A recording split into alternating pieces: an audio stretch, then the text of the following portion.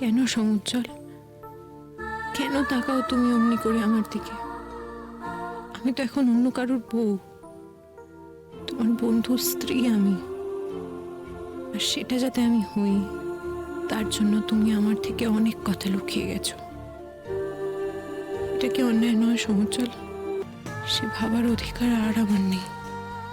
আমাকে আমার বাবার, আমার মায়ের সম্মানের কথা ভাবতে হবে, সবার ইচ্ছে পূরণের কথা ভাবতে হবে। আমাকে আমাকে অর্জুনের কথা ভাবতে হবে, তার পরিবারের সম্মানের কথা ভাবতে হবে। ভাবা চলবে না শুধু আমার নিজের কথা।